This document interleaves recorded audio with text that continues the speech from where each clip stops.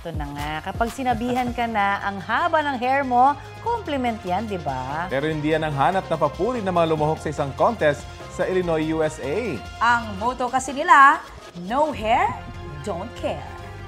Kalbo, laban sa kalbo ang eksena sa Bald Off Competition sa Chicago. Mahigit 6 na po ang sumali. May natural, may ginupitan at may dinaan sa bald caps. Basta absent ang buhok sa ulo, pwedeng makipag-showdown. Itinanghal na first runner-up ang kalbong Slay ang pag-aura. At ang kinuronahang baddest baldy, si Tom na squeaky clean ang cosplay. Nowhere to be found man ang crown ni Glory, feel na feel pa rin ang moment. Ang winner sa Calvo Olympics, may premyong merchandise ng mga personalidad na kalbo.